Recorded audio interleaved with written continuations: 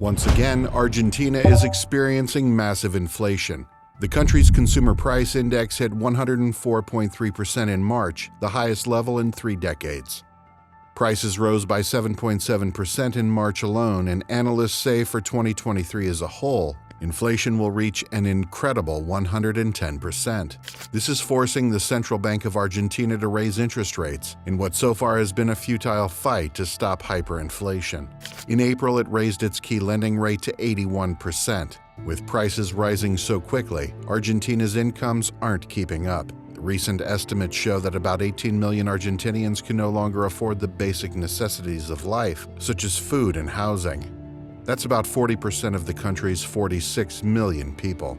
And the reality is, this is not the first time Argentina has seen extremely high inflation. It has been happening to the country again and again since the 1950s. It's the result of widespread economic mismanagement, and fixing it won't be easy. But Argentina is more than just a tragic story of a failed Latin American economy. It's also a cautionary tale, a warning to the world of what can happen if governments follow unwise economic policies. And it's a very timely warning today, because the governments of many wealthy Western countries, including the US, are now following some of the same policies that turned Argentina from one of the world's greatest success stories into an economic basket case. Before we go any further, make sure to subscribe to this channel to get notifications on the latest developments in global economics. And if you like this video, hit the like button and help us spread the word. So what happened to Argentina? Believe it or not, 100 years ago, Argentina was one of the wealthiest countries in the world. It had a powerful export economy, selling grains, livestock, and precious metals to countries all over the globe. Between 1880 and 1905, Argentina's economy was growing at an annual rate of 8%. It was an incredible economic miracle, not unlike China over the past 20 years, or Japan in the post-World War II period. By the 1920s, this once poor agrarian country was wealthier than most European countries, on par with Canada and Australia, and only slightly poorer than the United States. Large British and French corporations were investing heavily in Argentina, and immigrants from all over Europe were flocking to the country. Its largest city, Buenos Aires, was basically the Paris of South America, and was actually more expensive than Paris. In the 1920s, American expats like Ernest Hemingway, F. Scott Fitzgerald, and Ezra Pound flocked to Paris for one reason: Buenos Aires was too expensive. But then Argentina achieved a rare feat. It went backwards. So far backwards that by the second half of the 20th century, it was once again classified as a developing country. How did this happen? The seeds of Argentina's problems began with the fact that even at the height of its wealth, the country was extremely economically unequal. Argentina had many wealthy people, but it also had depths of poverty that were worse than other wealthy countries at the time. That inequality drove resentment, and in 1946 the country's giant working class elected a populist leader by the name of Juan Perón. Perón had been an officer in the military government that had staged a coup d'etat in 1943. His speeches about equality and building a just society made him a popular figure throughout the country. Perón wasn't exactly a socialist. In fact, he was opposed by Argentina's socialist and communist parties, who accused him of being a fascist. As the Cold War between the US and the Soviet Union began to unfold, Perón wanted to forge a third way between the two world powers, and between capitalism and socialism. In 1946, he won the presidency on the Labor Party ticket and began implementing reforms. Between 1946 and 1955, Perón nationalized many industries, including large grain farms, utilities, and the railways, which had been owned mostly by British and French companies. Workers were increasingly unionized, and these unions were able to negotiate better wages. Perón also significantly expanded the country's social security programs. The result was that the number of people relying on these programs tripled in just 5 years. In many ways, Perón's plans worked. By the 1960s, Argentina had developed a significant middle class, accounting for 40% of the population, and its working class was the wealthiest and most unionized in Latin America. But all these reforms came at a cost. Argentina had suffered during the Great Depression and had taken out serious amounts of debt that it owed to foreign lenders and governments. The central bank, under Perón's control, made it easier to pay off this debt by devaluing the Argentinian peso. This made Argentinian labor more competitive in the global market and made Argentinian exports cheaper. But over time, it made Argentinians poorer. That caused the economy to weaken. To cover the growing and increasingly burdensome costs of social programs, Perón's central bank printed money, lots of it. And as economic theory will tell you, when you add money to an economy without adding more stuff to spend it on, inflation will happen sooner or later. And inflation did indeed happen. In the 3 decades from 1944 to 1974, Argentina's inflation rate averaged 26% per year. In 1955, Perón was deposed in a coup d'etat. But the effects of his economic policies persisted. Years and years of high inflation made rising prices a habit for the country. It led to a loss of trust in the country's currency and banks. Over the years, Argentina saw repeated bursts of hyperinflation. The country's inflation rate soared past 600% in the mid-1980s, and in 1989, it hit an incredible 3,000%. Inflation again reared its ugly head in the early 2000s, but that time it peaked at just 26%, not bad by Argentinian standards. Yet today the country is once again facing high inflation, and at the current rate, prices are doubling every year.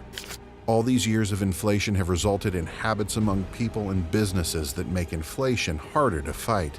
With little trust in their currency, Argentinians today either spend their entire paycheck the moment they get it, or they convert their Argentinian pesos into US dollars and stash those dollars at home, not in a bank. To prop up demand for the Argentinian peso, the government limits how much money Argentinians can convert into dollars, but that has only led to a black market for dollars. On the black market, the illegal dollar, which Argentinians call the blue dollar, costs far more in Argentinian pesos than the official exchange rate. This past spring, the peso was trading at around 200 to the US dollar, but on the black market, it took 380 pesos to buy 1 US dollar. This creates an opportunity for foreigners to rip off the entire country. Imagine you go to Argentina with 10,000 US dollars. You sell those dollars on the black market at the black market exchange rate. You now have 3.8 million Argentinian pesos. You take those pesos to the bank and sell them for dollars at the official exchange rate. The bank gives you 19,000 US dollars. Congratulations, you just nearly doubled your money for doing nothing. But the result is you have drained Argentina's dollar reserves. Partly because of this, Argentina's reserves of foreign currencies are running dry. Rumors are swirling that the country will once again default on its debts. This spring, the government of President Alberto Fernandez tried to shore up its reserves with a new plan that forces state-owned businesses to swap their dollar-denominated debt for debts in Argentinian pesos. The debt swap would have given the government a reserve of about 4 billion US dollars, with which it planned to shore up the value of the peso. But the heads of these large state enterprises are rebelling against the plan. They don't want to hold the debt in pesos. The government is coming under intense political pressure. All this comes at a bad time for the government, which is facing elections in October. Fernandez has said he will not be seeking re-election. Meanwhile, prices are rising so quickly that the country's money printers literally can't keep up. The country's mint has had to turn to other countries for help printing new bills. It's planning to print new peso bills in Malta, France, and Brazil and bring them into Argentina by plane. But that plan right there is part of the problem. Constant printing of money is how Argentina got into this inflationary trap in the first place. Milton Friedman, the famous University of Chicago economist, popularized the notion that inflation is too much money chasing after too few goods. But while economists everywhere are familiar with Friedman's definition of inflation, they're less familiar with another thing he said about it. Inflation is, always and everywhere, a monetary phenomenon. What this means is that whatever the current cause of inflation may be, the real underlying cause is the printing of new money. Think about it. People literally could not pay more for things if there wasn't more money around to pay with. But for decades, one Argentinian government after another has kept printing money because not doing so would be politically unpopular.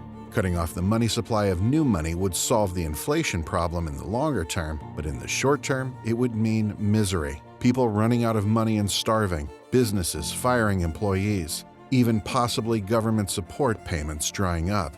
So one government after another has chosen the easier path, printing more money, and so the endless problem of inflation continues. Today, Western governments are headed down Argentina's path. During the 2008 financial crisis, the U.S. Federal Reserve began creating hundreds of billions of new dollars through its quantitative easing program. During the COVID-19 pandemic, the Fed did it again, printing at an even faster rate than during the financial crisis. And that time, it was joined by the European Central Bank, the Bank of Canada, the Reserve Bank of Australia, and many others. Printing money has become the go-to solution to any problem that comes up in the economy. The financial system and the stock markets have become addicted to this flow of cash. In 2018, when the Federal Reserve tried to turn off the tap of new money and hiked interest rates to around 2%, the stock market began crashing. This was known as the 2018 taper tantrum. The Fed quickly reversed course and let markets know it wouldn't go any further down that path. The stock markets quickly recovered. So today in the West, as in Argentina since the 1950s, governments are choosing the easy way out and printing money to deal with any problem. But now, 15 years after the Fed started printing money, inflation is creeping into the economies of the West. Faith in fiat currencies like the US dollar and the euro is beginning to erode. On social media, growing numbers of financial experts are talking about the decline of the dollar and urging people to take their savings out of fiat currencies and put them into hard assets like gold. Developing countries like China, Brazil, and India are talking about ditching their dollar reserves and creating new currencies that would be tied to the value of hard assets like gold and oil. In other words, the US and other advanced economies are standing on the precipice of becoming one huge Argentina. Will we heed the lessons of Argentina, or will we keep printing our way out of every problem, slowly moving ever closer to a total loss of faith in currencies and hyperinflation? The time to make a decision is upon us. If you like this video, click on one of these other videos to learn more about what's happening today in the world of economics. Hit the like button to help us spread the word, and don't forget to subscribe to this channel for the latest economic news and analysis. Thanks for watching.